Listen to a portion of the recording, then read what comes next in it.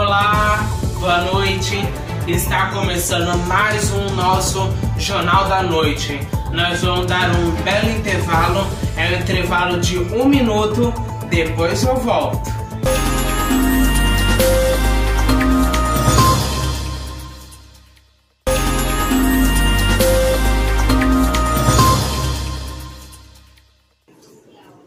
Olá, estamos de volta aqui no nosso Jornal da Noite. Vamos falar das notícias. Brasil precisa de mais de 30 milhões de doses até o fim de março para imunizar o Brasil. O Brasil precisa mais de 30 milhões de doses de vacina até o fim de março para imunizar imediatamente toda a população acima de 60 anos. Vamos ver a reportagem. O Brasil precisaria de mais 30 milhões de vacinas até o fim de março para imunizar imediatamente toda a população acima de 60 anos. Um estudo foi apresentado nesta segunda-feira pela Comissão Temporária do Senado, que pressiona o governo a comprar imunizantes. O aumento de mortes, o colapso nos hospitais e a iminente falta de medicamentos usados em intubação deixam autoridades em alerta. A senadora Cátia Abreu, do PP de Tocantins, fez um levantamento das vacinas disponíveis e contratadas no país e cobrou o Ministério da Saúde. Para nós, o que importa é a vacina já. Se nós somarmos tudo, nós só temos entregues no Brasil 30 milhões de doses. Teremos até o dia 31 de março agora. Somaremos 30 milhões. Então, se nós tivéssemos mais 30 milhões, seriam 60, nós poderíamos vacinar todos acima de 60 anos, certo? Então, 30 que já chega até o dia 31 de março. Se até lá nós conseguíssemos um adiantamento de cronograma de mais 30, o pessoal de acima de 60 estaria vacinados.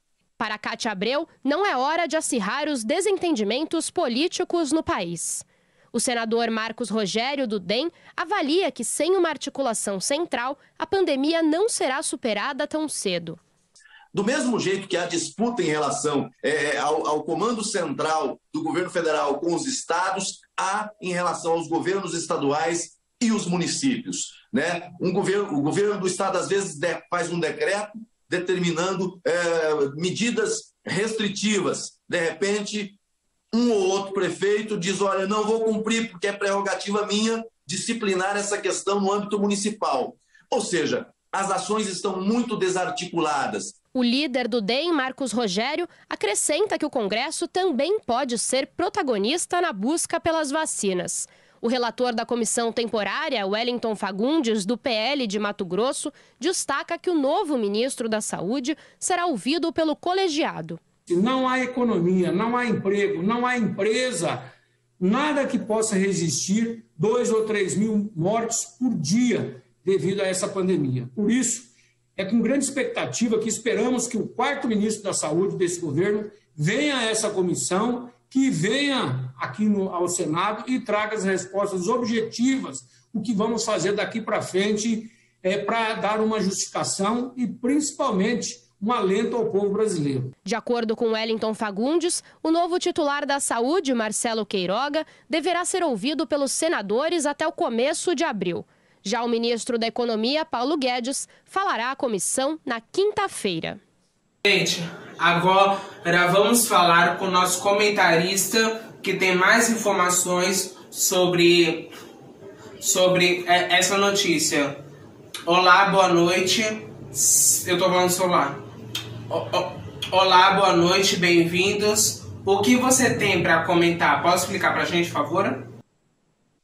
Essa informação de que o Brasil precisaria de 30 milhões de doses, ou seja, o dobro do que já foi entregue até agora, num curto espaço de tempo, é muito preocupante e mostra aonde nos levou esses atrasos na compra de vacinas. Por que atrasos? Há pouco tempo, poucos dias, o governo fechou finalmente o contrato com a Pfizer e a Janssen para o fornecimento de vacinas. Isso é uma boa notícia, mas essas vacinas só chegarão mais para frente, No caso da vacina da Pfizer, por exemplo, a maior parte do lote contratado só chegará no segundo semestre. Uma parte menor chegará no primeiro semestre desse ano. As vacinas da Janssen só chegarão no segundo semestre. Isso lembrando que a Pfizer já havia oferecido a sua vacina para o governo federal em agosto do ano passado. E essas vacinas poderiam ter chegado em dezembro. Ou seja, o Brasil já estaria sendo vacinado com essas vacinas da Pfizer. Esse atraso faz com que agora o Senado esteja fazendo esse alerta de que até para vacinar quem tem mais de 60 anos não tem dose suficiente em pouco tempo. Muito obrigado, viu? Daqui a pouco eu volto com você. Gente, vamos falar de mais notícias? Vamos falar das notícias aqui que acabou de... Testes premeditais apontam segurança da Coronavac em crianças e adolescentes. O nosso repórter tem mais informações. Resultados de um estudo em fase inicial realizado pela farmacêutica chinesa Sinovac apontaram que a Coronavac é segura e capaz de criar anticorpos contra a Covid em crianças e adolescentes. Os dados preliminares são de testes clínicos com mais de 500 pessoas entre 3 e 17 anos, que receberam 2 doses médias ou baixas do imunizante ou de placebo. Segundo os pesquisadores, a maioria das reações adversas foi leve e apenas 2 crianças tiveram febre alta. Para o médico infectologista Renato Kifuri, é importante realizar estudos com essa faixa etária, mas ainda é muito cedo para tirar conclusões. Quando falarmos em vacinação no sentido de controle da pandemia, diminuição de transmissão, os programas de vacinação tiveram outro objetivo, que não este primeiro de controlar casos graves, certamente a inclusão de crianças e adolescentes nos programas deverá ser feita, porque muitos países jovens como os nossos, como o nosso, por exemplo, têm nos adolescentes e nas crianças cerca de 1/4 da sua população. Os níveis de proteção desencadeados pela Coronavac foram maiores do que os verificados em adultos de 18 a 59 anos e em idosos. Renato Kifuri ressalta que cada vacina tem um comportamento diferente em termos de resposta imunológica. Lactentes, crianças pequenas menores de 1 a 2 anos, de 3 a 6, de 10 a 15, eventualmente você pode encontrar diferenças. Há vacinas, por exemplo, que quanto mais jovem a criança, melhor a resposta imunológica. Outras vacinas, se a criança tem um pouco mais de idade, a resposta imune se dá de maneira mais completa e mais duradoura. Os testes de estágio avançado, que avaliam a capacidade da vacina impedir que a Covid-19 evolua para quadros graves, ainda não começaram para menores de idade. Gente, eu vou falar um negócio para vocês, que a partir de hoje... é verdade. Eu acho que se der tempo no nosso programa, eu vou passar aquela... Tem a foto? Depois. Deixa primeiro eu falar isso daí. Gente, eu sou uma pessoa que eu faço de tudo para abrir o olho das pessoas. Eu tô comemorando 1 ano de Jornal da Noite. Eu sempre falo... Tudo que eu falo não acontece. Só que agora eu não tô vendo nenhuma manifestação. Eu defendo o povo brasileiro. Eu não vejo ninguém me dar curtida, não vai se manifestar. Eu defendo 24 horas as religião, todas as religiões. Eu não vejo manifestação de ninguém. Eu defendo a população de bem, não tô vendo protesto, manifestação nenhuma. Vai chegar uma hora que eu só vou fazer igual no começo, que eu fazia em 2020. Vou vir aqui, vou dar a notícia e vou embora.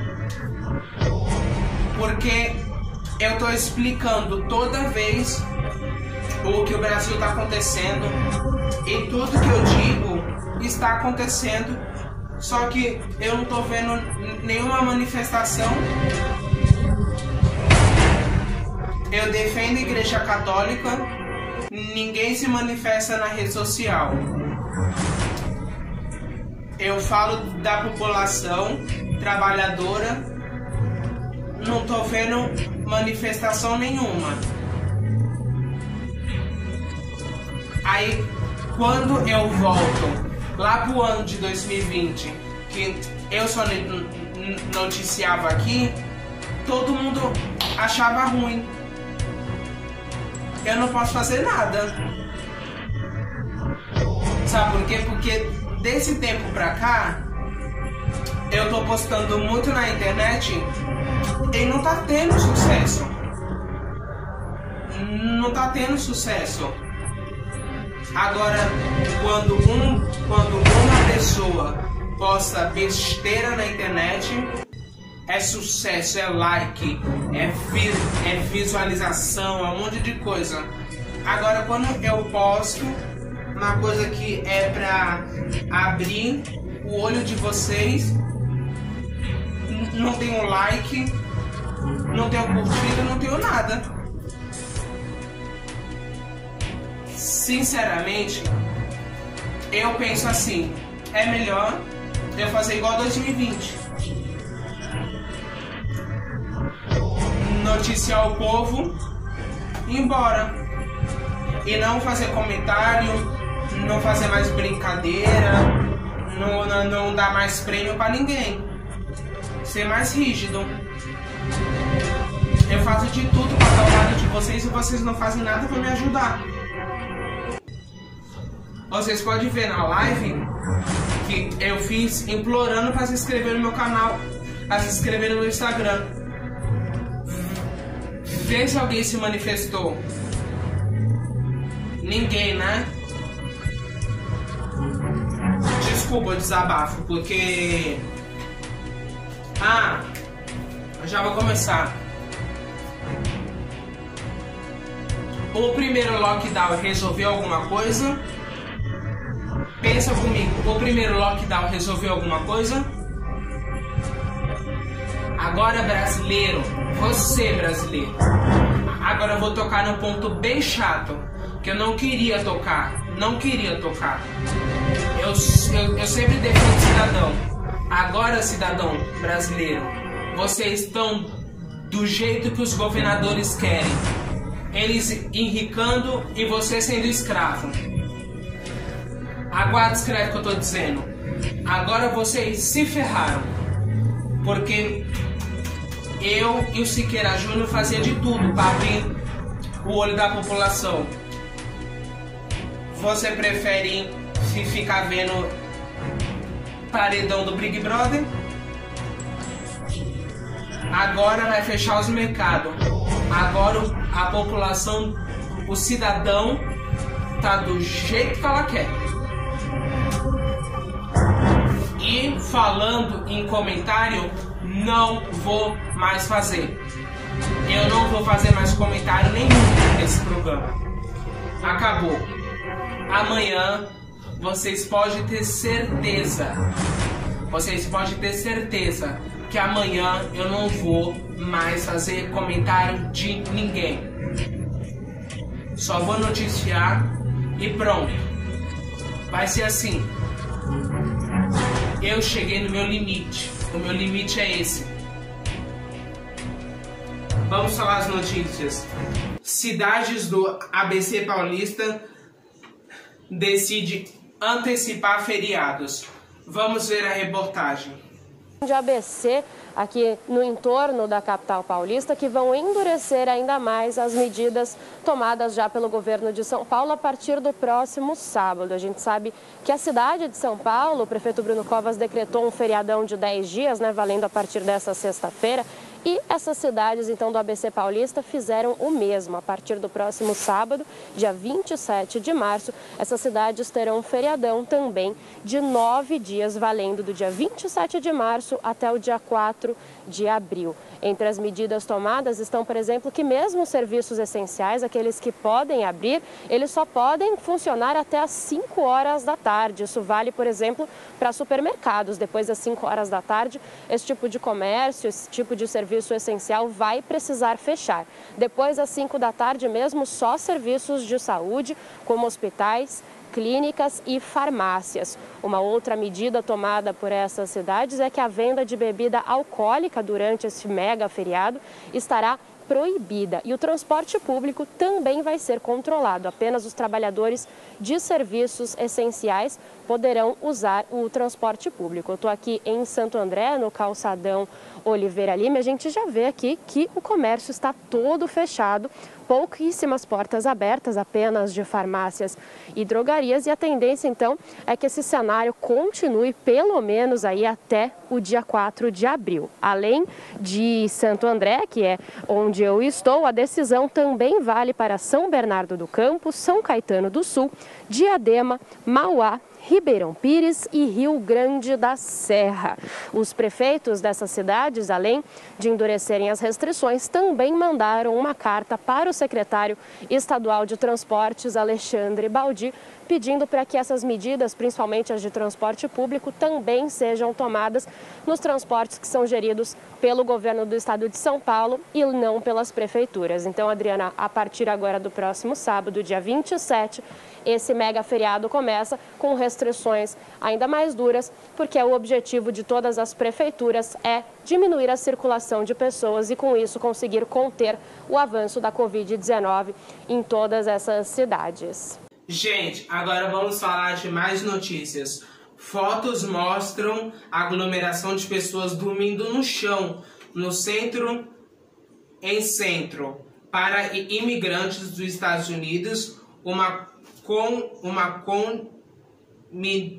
comitiva dos Estados Unidos viajou até o México para discutir o fluxo de migratório e cooperação do desenvolvimento. O nosso repórter tem mais informações. Uma comitiva dos Estados Unidos viajou ontem ao México para discutir o fluxo migratório e a cooperação para o desenvolvimento. A equipe deve se encontrar também com o presidente da Guatemala, Alejandro Giammattei. A administração Biden vem sendo pressionada pelo crescente número de imigrantes do México e da América Central que tenta entrar no país. Somente em fevereiro, as autoridades norte-americanas prenderam 100.441 imigrantes sem documentação contra 78.442 em janeiro. A viagem ocorre um dia depois que fotos de aglomerações em um centro temporário em Dona, no Texas, foram divulgadas pelo deputado democrata Henry Cuellar. Nas imagens, é possível ver dezenas de pessoas sentadas em colchonetes de plástico e com cobertores térmicos. Algumas usam a máscara de proteção contra o coronavírus no queixo ou com o nariz para fora e não mantêm o distanciamento físico. De acordo com o deputado Henry Cuellar, 400 menores desacompanhados foram mantidos em uma tenda com capacidade para 260 pessoas. A Casa Branca evitou classificar a situação como uma crise. A administração Biden afirmou que todos foram testados contra a Covid e aqueles que precisaram de quarentena foram isolados do restante. O governo dos Estados Unidos avalia abrigar parte das famílias em hotéis. Agora eu vou falar com um comentarista, já plugando no ar, né, diretor? Que ele vai dizer, agora vai ser assim, eu não vou comentar. Agora eu vou ligar pelo meu celular, já tá plugado para vocês escutarem e vocês vão comentar. Olá, boa noite. Bem-vindo, Roger. Você fale, comentarista dessa notícia, por favor. Pois é, ideias têm consequências, né? E os democratas vêm há muito tempo com uma retórica totalmente flexível em relação à imigração e insustentável, irrealista, né? Era pura demagogia. E o resultado está aí, né? Vários indivíduos de países pobres da América Latina estão tentando entrar nos Estados Unidos porque acham agora que o governo vai ser amigável e vai recebê-los, né? Enquanto que desde a era Obama que havia essas prisões e detenções e depois, inclusive, eram mandados de volta. Só que só durante o governo Trump que a mídia deu um foco diferente, passou a chamar de jaulas, crianças em jaulas, com a ajuda de Hollywood e tudo mais, mas o Obama já fazia a mesma coisa. É tudo retórica, né? Tá aí o resultado. Os Estados Unidos precisam ter uma fronteira, como qualquer país do mundo. Se você abrir geral, acaba o país implode. Era exatamente o que defendia quem mesmo? Assim, Donald Trump. Muito obrigado, viu? Agora, um outro comentarista está nos chamando aqui. Vamos ver. Oi. Olá, uma boa noite. Bem-vindo, senhor Daniel. Pode comentar sobre esse caso, por favor? Essa questão da imigração ilegal nos Estados Unidos, dos imigrantes que vêm principalmente da América Central, é uma questão sem solução a vários governos americanos.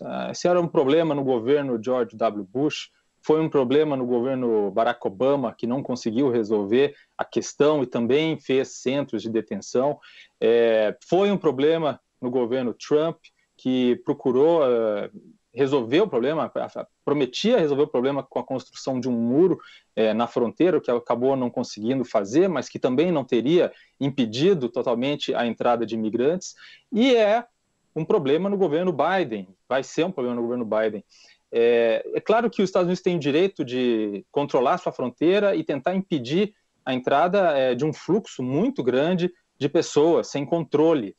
Mas a verdade é que é algo realmente muito complicado de resolver. E a principal causa dessa imigração ilegal é a extrema pobreza que existe na América Central. Muito obrigado. Gente, agora vamos falar de mais notícias. Pacientes precisam ser transferidos em vagas de UPAs por falta de oxigênio.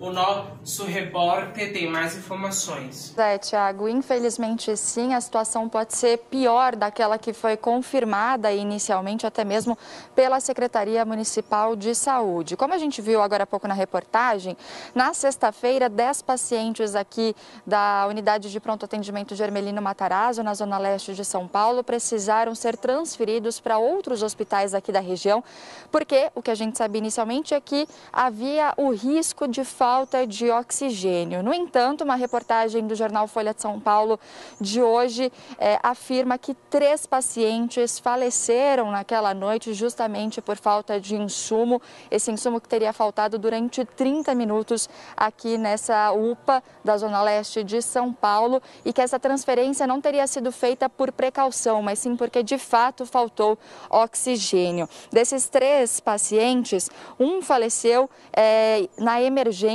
outro na observação, na sala de observação, e um terceiro ainda durante essa transferência para uma outra unidade hospitalar.